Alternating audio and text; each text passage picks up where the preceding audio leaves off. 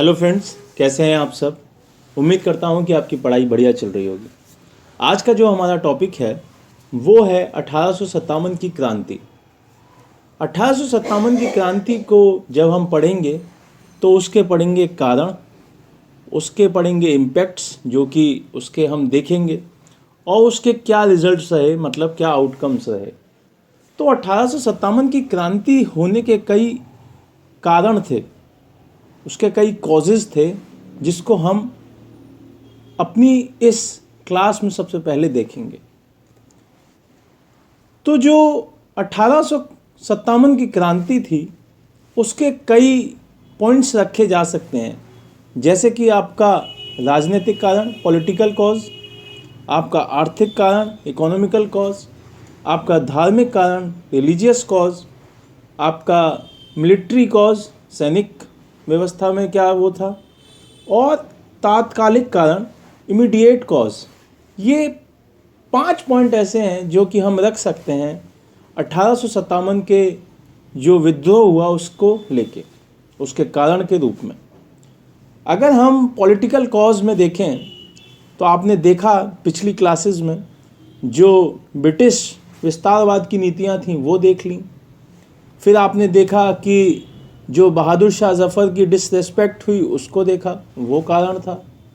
तो ये सारी की सारी, जैसे आपकी सहायक नीति थी, मैंने आपको बताया था जब सहायक नीति पढ़ा रहे थे उस वक्त बताया था कि ये कॉज बनेगा किसका, 1857 की क्रांति का। वो सारी की सारी चीज़ें आएंगी। अब इकोनॉमिकल कॉज में आते हैं, आर्थिक कारण में आते हैं। ड्रेन ऑफ वेल्थ, धन का बहिर्गमन। कॉटेज इंडस्ट्रीज़ यहाँ पर डिके कर गई थी, उनमें उनकी गिरावट हुई यहाँ पे, वो देखेंगे आप। गरीबी बढ़ गई थी, वो देखेंगे आप। ये सारे की सारी पॉइंट्स आपके किस में आ जाएंगे, इकोनॉमिकल कॉज में आ जाएंगे, आर्थिक कारणों में आ जाएंगे। अब धार्मिक कारण अगर देखें तो यहाँ के जो कस्टम्स चल रहे थे, यहाँ के जो रीति रिवाज चल रहे थे, उसमें ब्रिटिश अपना हस्तक्षेप करने लग जाएंगे, एक वो हो जाएगा। नई नई कानून व्यवस्था बनाने लग जाएंगे और उन जो रीति रिवाज चल रहे हैं उनको रोकने लग जाएंगे। तो उससे यहाँ के लोग काफ़ी नाराज़ थे। तो ये सारी की सारी जो पॉलिसीज़ अपना रहे थे धर्म को लेके, वो भी क्या करेगी, वो भी एक कारण बन जाएगी किसका, 1857 की क्रांति का। फिर आते हैं सैनिक कारण, जो मिलिट्री का कॉज था, कि जो ट्रीटमेंट मिल रहा था इंडियन सोल्जर्स को वो अच्छा नहीं था। दूसरा, सैलरीज़ अच्छी नहीं थी, मतलब उनकी सैलरीज़ बहुत कम थी और ब्रिटिश जो सैनिक थे उनकी ज़्यादा थी। प्रमोशन के चांसेस नहीं थे। और दूसरी चीज़ कि यहाँ पे जो जनरल सर्विस थी वो, उसके लिए कोई एक्ट नहीं था उसको लेके, और उनको विदेश भेज दिया जाता था और वहाँ से कब आएंगे कब नहीं आएंगे, तो इसका कोई रूल एंड रेगुलेशन नहीं था।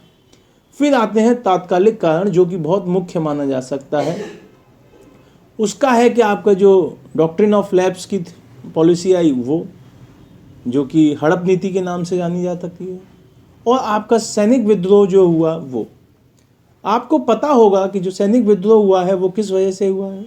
वो हुआ है कि जो गाय है और जो सुअर है, गाय व सुअर,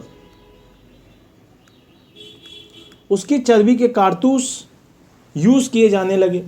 तो अगर इसका हिस्ट्री हम देखें तो हम इसमें देख सकते हैं कि 1856 में, दिसंबर 1856 में एक नया कारतूस यूज़ होने लगा। जो बंदूक यूज़ होती थी उसकी जगह पे एक नई बंदूक यूज़ हुई जिसका नाम था न्यू एनफील्ड राइफल।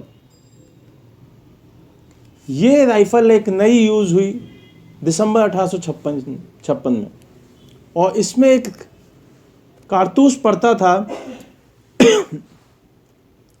जिसका नाम है, 1856 में एक राइफल यूज़ हुई जिसका नाम है न्यू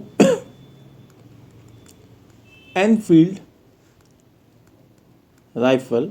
और इसमें क्या यूज़ होता था, इसमें यूज़ होता था चर्बी वाला कारतूस। ठीक, और ये किसका बना होता था? ये बना होता था सूअर की प्लस गाय की चर्बी का। इस वजह से जो मुस्लिम सैनिक थे वो इस बात से खफा थे कि इसमें सूअर की चर्बी यूज़ हो रही है, और जो हिंदू थे वो गाय की चर्बी की वजह से नाराज़ थे। ये रहा एक तात्कालिक कारण। अब इससे जो विद्रोह उठेगा वो कहाँ उठेगा? वो उठेगा आपके बैरकपुर में। सबसे पहले बैरकपुर में ये विद्रोह उठेगा, और यहाँ के जो मंगल पांडे हैं वो इसका विद्रोह करेंगे। और वो विद्रोह कब करेंगे? वो विद्रोह करेंगे आपके 29 मार्च 1857 को। 29 मार्च 1857 बैरकपुर में मंगल पांडे विद्रोह कर देंगे। लेकिन इस विद्रोह को दबा दिया जाएगा और उनको फांसी दे दी जाएगी। कब? उनको फांसी दे दी जाएगी 8 अप्रैल 1857 को। 8 अप्रैल 1857 को फांसी हो जाएगी। ठीक, जब फांसी हो जाएगी, अब ये चीज़ देखेंगे कि ये यहाँ से बढ़कर कहाँ चला जाएगा ये विद्रोह? मेरठ, और सिपाही विद्रोह का रूप ले लेगा। अब मेरठ में ये कदम सिंह इसको नेतृत्व में लेंगे। कदम सिंह नेतृत्व में लेंगे और कहाँ चले जाएंगे? दिल्ली। दिल्ली चले जाएंगे। अब देखिए, मैं एक चार्ट बनाता हूँ, उसी फ्लो में इस तरीके से हम अपनी जगहों पे शिफ्ट होंगे। मेरठ से दिल्ली हो जाएंगे, जहाँ पे कौन नेतृत्व संभालेंगे? बहादुर शाह जफर। दिल्ली से ये लखनऊ चले जाएंगे, और लखनऊ में संभाल रही होंगी बेगम हजरत महल। अब लखनऊ से ये एक जगह पड़ती है वहीं पे चिन्हट, वहाँ पे होगा, और चिन्हट से ये चले जाएंगे कानपुर, और कानपुर में इसका नेतृत्व करेंगे नाना साहेब। कानपुर से ये चला जाएगा झांसी, और झांसी से ये चला जाएगा बिहार। आप यहाँ लिखें झांसी, यहाँ से चला जाएगा ये झांसी। ठीक, और झांसी से ये चला जाएगा बिहार। ठीक है, बिहार। अब बिहार से ये चला जाएगा फैज़ाबाद। अब यहाँ लिखें आप फैज़ाबाद। बिहार से फैज़ाबाद, और फैज़ाबाद से इलाहाबाद। ठीक है, इलाहाबाद से बनारस, और बनारस से आप ये चले जाएंगे बरेली। ठीक है, तो इस फॉर्म में ये शिफ्ट होता जाएगा, और बरेली से ये चला जाएगा असम। ठीक है, तो अगर मैं देखूं इसका सीक्वेंस, तो बैरकपुर, बैरकपुर से मेरठ, मेरठ से दिल्ली, दिल्ली से लखनऊ, लखनऊ से चिन्हट। अब चिन्हट लखनऊ के ही अंदर आता है। चिन्हट से कानपुर, कानपुर से झांसी, झांसी से बिहार, जिसको आरा भी बोल सकते हैं, बिहार से फैज़ाबाद, फैज़ाबाद से इलाहाबाद, इलाहाबाद से बनारस, बनारस से बरेली,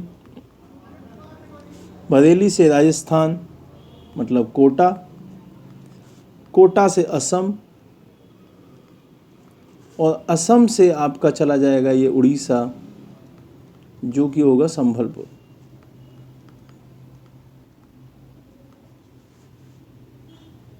संभलपुर। ठीक है, तो मैंने आपको ये सीक्वेंस क्यों बताया? क्यों? क्योंकि यूपीएससी में, यूपीपीसीएस में इसका कई बार सीक्वेंस पूछ लिया है कि ये विद्रोह किस सीक्वेंस में, किस एरिया वाइज में ये बढ़ा। दिल्ली से कहाँ गया, कानपुर से कहाँ गया, इलाहाबाद से कहाँ हुआ, अगला कौन सा स्टेट था, कौन सा शहर था। तो ये इस तरीके से पूछा गया। अब अगर मैं देखूं कि कौन कहाँ से नेतृत्व कर रहा था। तो इसी में अगर मैं इसी को शो कराऊं तो यहाँ से थोड़ा साफ कर लेते हैं और यहीं पे थोड़ा सा जो इम्पोर्टेंट जगह हैं उनके बारे में जान लेते हैं। तो सबसे पहले बैरकपुर से कौन होगा? बैरकपुर से होंगे मंगल पांडे। फिर उसके बाद मेरठ से कदम सिंह, दिल्ली से बहादुर शाह जफ़र, और इनका एक सेनापति था जिसका नाम है बख्त खां। क्या नाम है? बख्त खां। ये संभालेंगे नेतृत्व। यही व्यक्ति बरेली से भी संभालेंगे और बरेली से एक व्यक्ति और होंगे जिनका नाम होगा कुंवर सिंह, नहीं, अमर सिंह के साथ रहेंगे।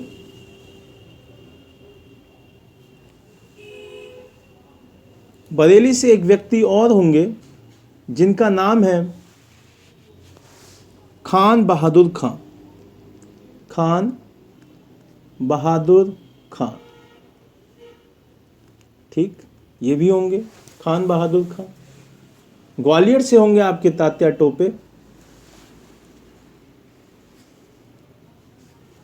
कानपुर से होंगे नाना साहेब। झांसी से होंगी आपकी रानी लक्ष्मीबाई।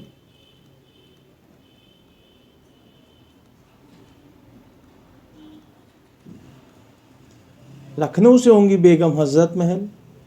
इलाहाबाद से होंगे लियाकत अली जी। आरा से होंगे कुंवर सिंह। यहाँ पे जगदीशपुर भी आ सकता है, जगदीशपुर। संभलपुर से होंगे सुरेंद्र शाही और उज्जवल शाही। असम से होंगे दीवान मनीराम दत्त। और एक जगह मैंने वो आपको और बताई थी जो कि क्या थी, जो कि थी आपकी कोटा। ये कोटा राजस्थान में। और यहाँ से कौन होगा? यहाँ से होंगे आपके जयदयाल और हरदयाल। जयदयाल और हरदयाल, ठीक। तो ये सारे के सारे जो लीडर्स हैं वो अपनी अपनी जगह से नेतृत्व कर रहे होंगे, ठीक है। ये हो गया। अब इसके बाद एक चार्ट की फॉर्म में हम देख सकते हैं कि दिल्ली से कौन? बहादुर शाह जफ़र सेकंड, और इनका जो जनरल था, इनका जो कप्तान था जिसका नाम था बख्त खान, वो नेतृत्व कर रहे थे। और जो ब्रिटिश की तरफ से नेतृत्व कर रहे थे उसका नाम था निकोलसन और हडसन। ये दो ऑफिसर्स थे। कानपुर से नाना साहेब, राव साहेब, तात्या टोपे और आपका अजीमुल्ला खान, ठीक है। मेन आपके नाना साहेब रहेंगे यहाँ पे जेम्स नील रहेंगे। झांसी में रानी लक्ष्मीबाई थी और यहाँ पे जो नेतृत्व करेगा वो कैंपबेल और हैवलॉक रहेगा। लखनऊ में हजरत महल, बेगम हजरत महल और बिरजिस कादिर रहेंगे। इनके साथ साथ अहमदुल्ला भी रहेंगे। मेन आपका हजरत महल का नाम आता है। और यहाँ पे जो नेतृत्व करेगा ब्रिटिश की तरफ से उसका नाम होगा ह्यूज रोज। फिर आते हैं बरेली में। बरेली में खान बहादुर खान और इसके साथ साथ बख्त खान भी यहाँ पे देखेंगे। और यहाँ पे जो ऑफिसर करेंगे वो हैं कॉलिन कैंपबेल। फिर आते हैं आपके बिहार में, जो कि आरा या जगदीशपुर जगह आएगी, वहाँ पे वीर कुंवर सिंह रहेंगे। और इनके खिलाफ जो ब्रिटेन की तरफ से लड़ेंगे वो होंगे विलियम टेलर और आयर, ठीक है। ये ऑफिसर्स हुए और ये कुछ लीडर्स हुए। ये 6 ऐसी जगह हैं जहाँ से आपके क्वेश्चंस पूछे ही जाते हैं कि ब्रिटिश कौन था या मेन लीडर कौन था। तो ये हो गया। अब आते हैं कि जो टोटल पूरे भारत में जो 1857 की क्रांति हुई उसमें कौन कौन सी जगह थी, उनमें कौन कौन से वो थे। तो आप इसका एक स्क्रीनशॉट ले सकते हैं। मैं आपको जगह बता देता हूँ और उसका मेन एरिया बता देता हूँ। दिल्ली आपको मैंने बता दिया, ग्वालियर और झांसी मैंने आपको बता दिया, जगदीशपुर आरा वाला एरिया, बिहार वाला एरिया मैंने बता दिया जहाँ कुंवर सिंह थे और अमर सिंह थे। रानी लक्ष्मीबाई मैंने आपको बता ही दिया, तात्या टोपे बता दिए थे। फिर आपके आते हैं बिट्ठूर, जो कि कानपुर वाला एरिया था, नाना साहेब थे, मैंने आपको बताया। बरेली जो रुहेलखंड था, खान बहादुर खान। इलाहाबाद जो लियाकत अली थे। लखनऊ जो कि बेगम हजरत महल और वाजिद अली शाह।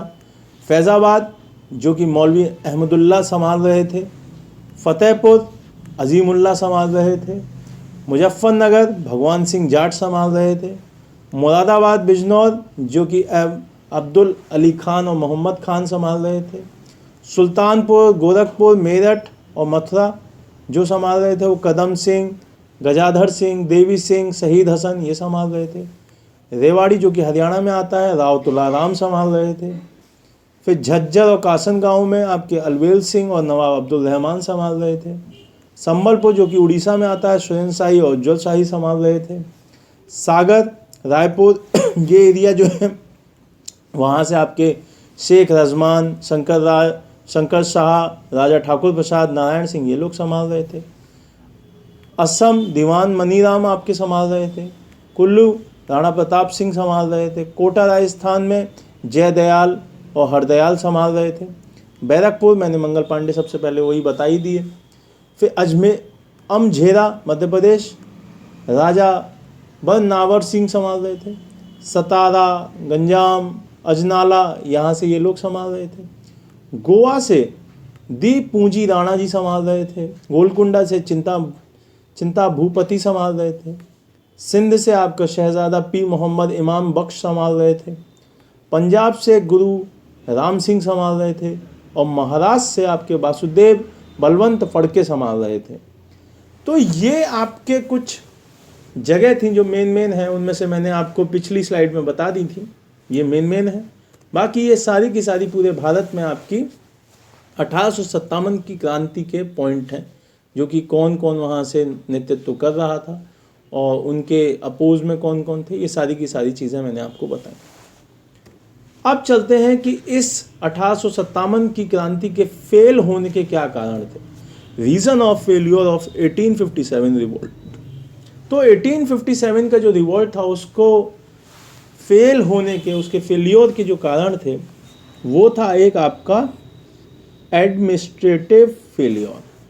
मतलब प्रशासनिक फेल्योर क्या था कि कोई भी ऐसा व्यक्ति नहीं था जो कि एडमिनिस्ट्रेट कर सके, एक साथ उसको कमांड कर सके। सब लोग अलग अलग कमांड कर रहे थे। लोगों ने बहादुर शाह जफर को लीडरशिप दी लेकिन विदाउट पावर्स, है ना। तो ये कहा जा सकता है कि कोई भी व्यक्ति एक सही डायरेक्शन देने में असमर्थ था। ठीक है। फिर आते हैं मिलिट्री फेल्योर।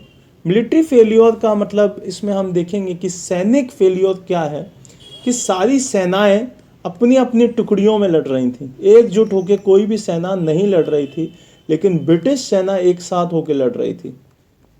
तो ये सबसे बड़ी जीत रही ब्रिटिश सेना की कि उनको एक साथ मदद मिल रही थी अपनी सारी की सारी रेजिमेंट से। फिर आते हैं लैक ऑफ यूनिटी, जो आखिरी पॉइंट है और सबसे ज़्यादा मेन पॉइंट माना जा सकता है, एकता की कमी। एकता की कमी क्यों कह सकते हैं?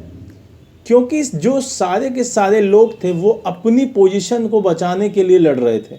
कोई नवाब की पोस्ट बचाने के लिए लड़ रहा है, कोई बेगम की पोस्ट बचाने के लिए लड़ रहा है, कोई भी भारत को भारत बनाने के लिए नहीं लड़ रहा था। इस वजह से ये हम कह सकते हैं कि लैक ऑफ यूनिटी इसमें देखी गई। ठीक है, चलिए अब इस स्लाइड में हम कुछ देखेंगे कि 1857 की क्रांति के बारे में कुछ इतिहासकार हुए हैं, उनके क्या मत हैं। तो सबसे पहली बात जो है कि यह पूर्णतः सिपाही विद्रोह था। ये किसने कही है? ये बात कही है सर जॉन लॉरेंस सिले ने। पहली बात क्या है कि यह पूर्णतः एक सिपाही विद्रोह था, ये किसने कही? सर जॉन लॉरेंस सिले। फिर दूसरी बात है कि एक सामंतवादी ये प्रक्रिया थी, एक सामंतवादी प्रक्रिया थी, तो ये किसने कही है? मिस्टर के ने कही है। फिर तीसरी बात है 1857 का विद्रोह स्वतंत्रता नहीं था, यह स्वतंत्रता संग्राम, ये बात यहाँ है 1857 का विद्रोह स्वतंत्रता संग्राम नहीं था, ये बात कही है आपके मजुमदार जी ने। ये काफ़ी इंपॉर्टेंट है, ये कई बार पूछी गई है कि ये एक स्वतंत्रता संग्राम नहीं था, ये किसने कहा है? आरसी मजुमदार। फिर इसको स्वतंत्रता संग्राम बताया गया, यह स्वतंत्रता संग्राम था, तो इसको बताया है डॉक्टर ईश्वरी प्रसाद ने। फिर आता है कि ये जन क्रांति थी, तो ये बात कही है राम विलास शर्मा जी ने। यह राष्ट्रीय विद्रोह था, ये बात कही है बेंजामिन इज़राइल ने। ये काफ़ी इम्पोर्टेंट है आपका कि यह राष्ट्रीय विद्रोह था, बेंजामिन इज़राइल ने ये बात कही। फिर ये कहा यह ईसाइयों के विरुद्ध एक धर्म युद्ध था, और ये बात कही किसने? एल.आर. रीज ने। ये भी काफ़ी इम्पोर्टेंट है एल.आर. रीज का स्टेटमेंट कि यह ईसाइयों के विरुद्ध एक धर्म युद्ध था। फिर अगले बात है कि यह सभ्यता और बर्बरता का संघर्ष था, और ये बात कही आपके टी.आर. होम ने। ये सभ्यता और बर्बरता का संघर्ष था, मतलब ये बात इन्होंने कही। फिर 9th बात एक बात आई कि यह विद्रोह राष्ट्रीय स्वतंत्रता के लिए सुनियोजित युद्ध था, और ये सबसे ज़्यादा इम्पोर्टेंट लाइन हो जाती है, और ये कही है बी.डी. सावरकर और अशोक मेहता ने। तो ये 9 स्टेटमेंट हैं जो कि इतिहासकारों ने अपने अपने 1857 की क्रांति के बारे में अपने अपने मत दिए। ठीक है, तो इनको हम देखेंगे। अब अगली स्लाइड पर चलते हैं। इस स्लाइड में हम देखेंगे कि जो 1857 की क्रांति है उसको बेस में रख के कुछ किताबें लिखी गई, कुछ बुक्स लिखी गई। किसके बेस को रख के? 1857 की क्रांति को। तो एक तरफ पुस्तक है और एक तरफ उनके लेखक हैं। तो पहली बुक है फर्स्ट वॉर ऑफ इंडिपेंडेंस। तो इसके जो लेखक हैं वो हैं बी.डी. सावरकर। काफ़ी इंपॉर्टेंट किताब है ये सारी की सारी। फिर दूसरी बुक है द ग्रेट रिवेलियन, इसके राइटर हैं अशोक मेहता जी। फिर तीसरी बुक है sepoy mutiny and the revolt of 1857, सिपाही विद्रोह एंड द रिवोल्ट ऑफ 1857। ये किसकी बुक है? आर.सी. मजुमदार, जिन्होंने कहा कि यह एक सिपाही विद्रोह था। फिर चौथी बात आती है 1857, ये बुक है आपकी एस.एन. सेन की। फिर एक किताब और आती है रिवेलियन 1857, जो कि बुक है पी.सी. जोशी जी की। फिर अगली बुक आती है हिस्ट्री ऑफ इंडियन म्यूटनी, वो है आपकी टी.आर. होम्स की। और सातवीं जो किताब है वो है college of the Indian mutiny, वो है आपकी सर सैयद अहमद खां की। तो ये 7 किताबें ऐसी हैं जो कि 1857 की क्रांति को बेस में रख के लिखी गई, और उसके जो लेखक हैं वो एक तरफ दिए हैं और उस बुक का नाम एक तरफ दिया है। तो ये हुई हमारी 1857 की क्रांति पर आधारित कुछ पुस्तक। ये हुए हमारे 1857 की क्रांति के इतिहासकारों के मत। ये हुए उसके फेल होने के कारण। ये हुए उसके कौन कौन से केंद्र थे और कौन कौन से नेता थे। यहाँ पे मेन लीडर्स और उसका जो ब्रिटिश लीडर थे, ब्रिटिश जो वहाँ के कैप्टन थे वो। फिर ये आपका एक सीक्वेंस, जिस सीक्वेंस में ये क्रांति बढ़ी और वहाँ से कौन कौन नेतृत्व कर रहा था। ये रहे आपके वो रीजंस जिसकी वजह से 1857 की क्रांति हुई।